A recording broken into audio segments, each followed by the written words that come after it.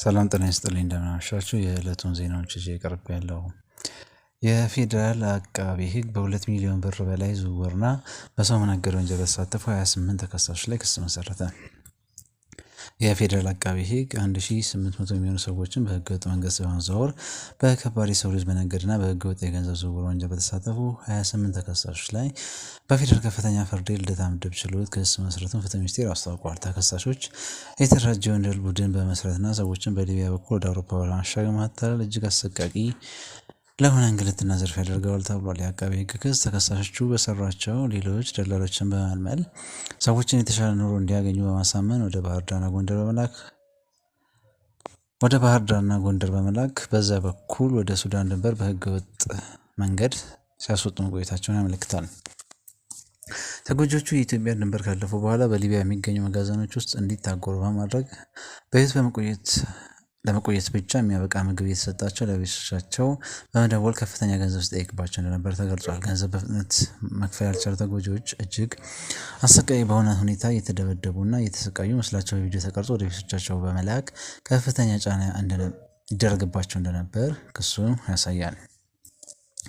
በዚህ ወንጀል ሰንሰለት ውስጥ በቁጥጥር ስር የዋሉ 8 ተከሳሾች ላይ በባንክ ሂሳባቸው ከ2.1 ሚሊዮን ብር በላይ መሰብሰባቸው መረጋገጡን የአቃቤ ሕግ ክስ ተመላክቷል። ሌሎች ተከሳሾች ደግሞ ይህንን ገንዘብ በማስተዳደር ለግብረ አበሮቻቸው ክፍያ በመፈጸምና ቀሪውን ገንዘብ ወደ ውጭ ሀገር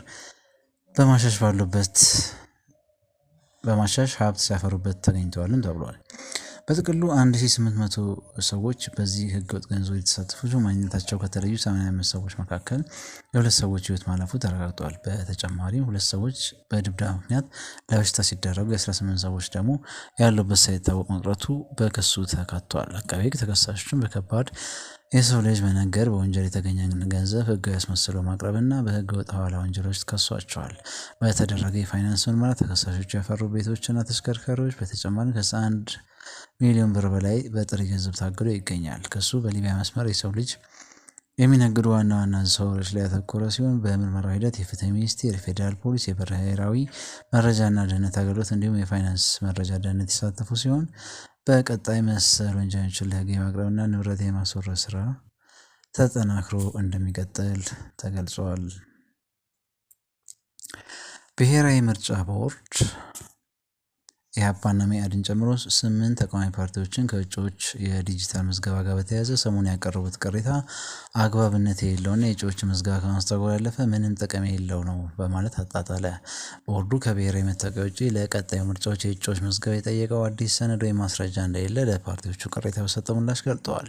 ከተከሚዎቹ ውጭ ያሉ እጩዎች ለምዝገባ የትውልድ የምስክር ወረቀት ማቅረብ ካልቻሉ ሲወለዱ በአካል የነበረ የአይን ምስክር ማቅረብ እንዳለባቸው ቦርዱ ግዴታ አስቀምጧል በማለት ፓርቲዎች ያቀረቡት